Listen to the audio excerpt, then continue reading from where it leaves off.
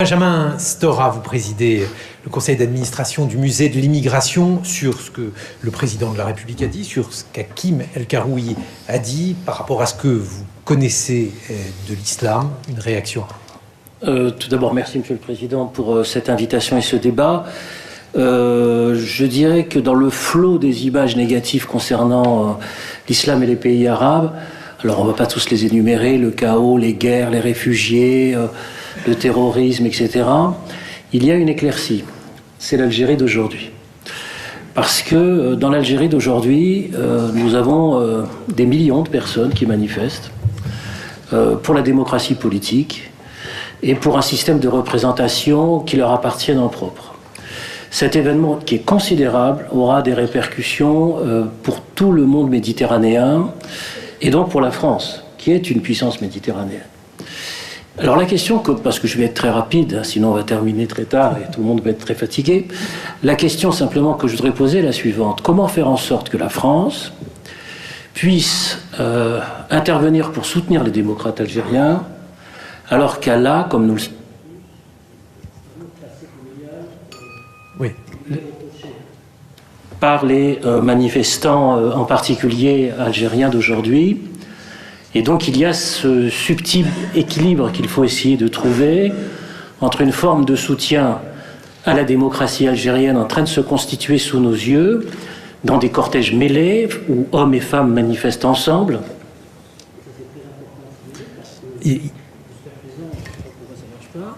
Un sabotage encore, un complot.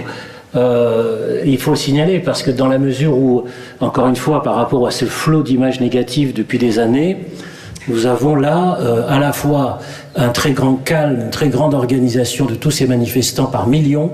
Je pense à la caricature d'un caricaturiste algérien, Dilem, ce matin, et qui montre, disons, un homme du haut de la tour Eiffel qui harangue les gilets jaunes et qui leur dit « Regardez les cortèges civilisés en montrant les manifestations d'Alger ». Fermons cette parenthèse, c'est assez drôle parce qu'il y a aussi beaucoup d'humour dans cette histoire algérienne d'aujourd'hui et aussi une très grande partie de la jeunesse algérienne qui est très très nombreuse et très massive. Donc comment faire en sorte que nous puissions envoyer des signes politiques, culturels, démocratiques, humains en direction de toute cette jeunesse qui est immense et qui a des répercussions dans la diaspora maghrébine en France, pas simplement algérienne, mais maghrébine en France, pour qu'on puisse exister dans un signal positif fort, mais qui ne soit pas aussi vécu comme de l'ingérence. Ça, c'est très compliqué.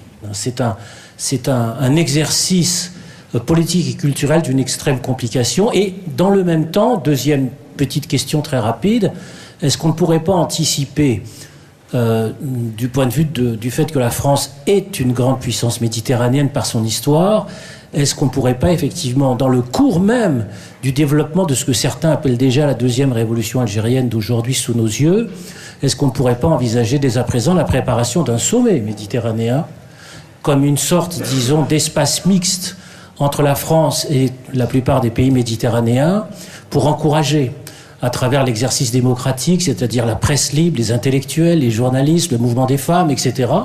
C'est-à-dire d'essayer d'encourager à travers des forums de citoyenneté, de discussion démocratique, donc de culture et d'enseignement de l'histoire, d'encourager tout cela. Alors je sais que ce sont des questions très difficiles, hein.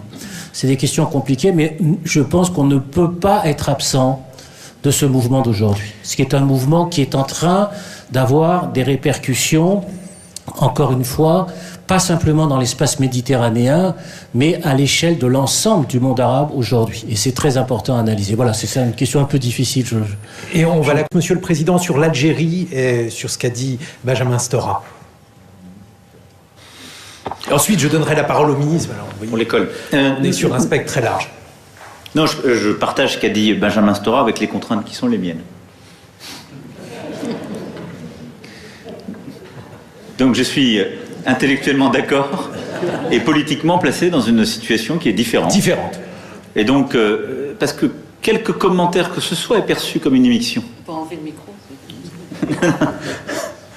Donc, c'est la grande difficulté. Il y a des échanges qui sont constants pour essayer d'accompagner ce qui est une forme de transition des dirigeants. Mes homologues de là où je suis, ce sont les dirigeants.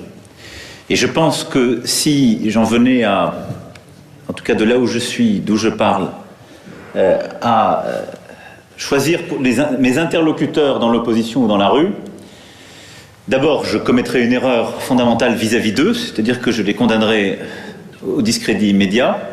Et je pense qu'on ouvrirait un débat qu'on connaît par cœur dans la relation franco-algérienne, qui est le débat de l'immixtion dans la politique, etc. Donc, je me suis tenu très à distance de ce sujet. Ça ne veut pas dire qu'il n'y a pas des échanges, en particulier avec ceux qui dirigent aujourd'hui l'Algérie, pour essayer de comprendre, d'accompagner et de faire passer des messages d'une transition. Mais je ne peux pas aller beaucoup plus loin sur ce sujet. Par contre, sur le deuxième sujet, la deuxième voie de passage, parce qu'il faut ouvrir des voies d'eau. Donc, d'abord, par rapport à ça, je pense que pour le coup, vous êtes beaucoup plus à même que moi d'agir efficacement.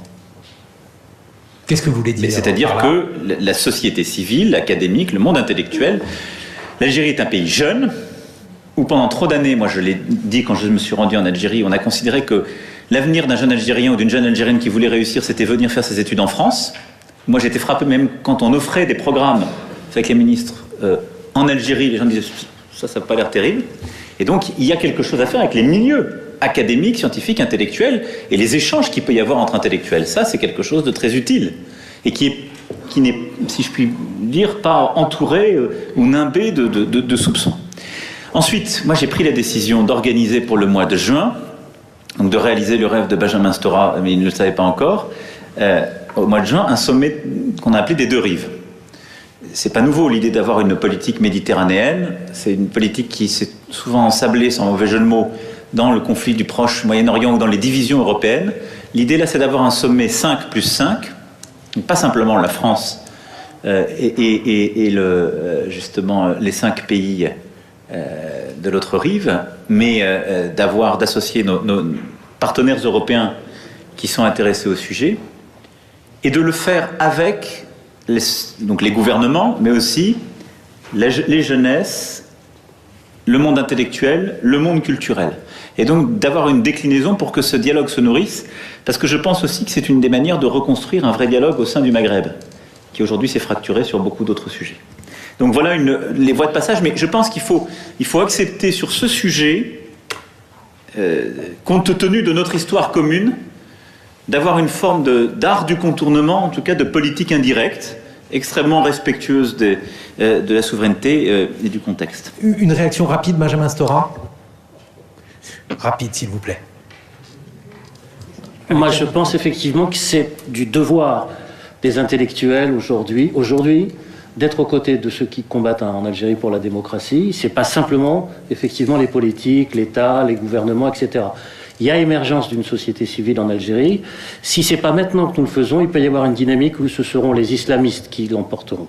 C'est maintenant que la bataille démocratique se joue, c'est tout de suite. Et pas simplement à travers des prises de position étatiques, mais des prises de position intellectuelles. Ça fait 1 mois que le mouvement a commencé, il rassemble des millions et des millions de personnes, et il y a quand même un certain silence des intellectuels sur cette question. Par rapport à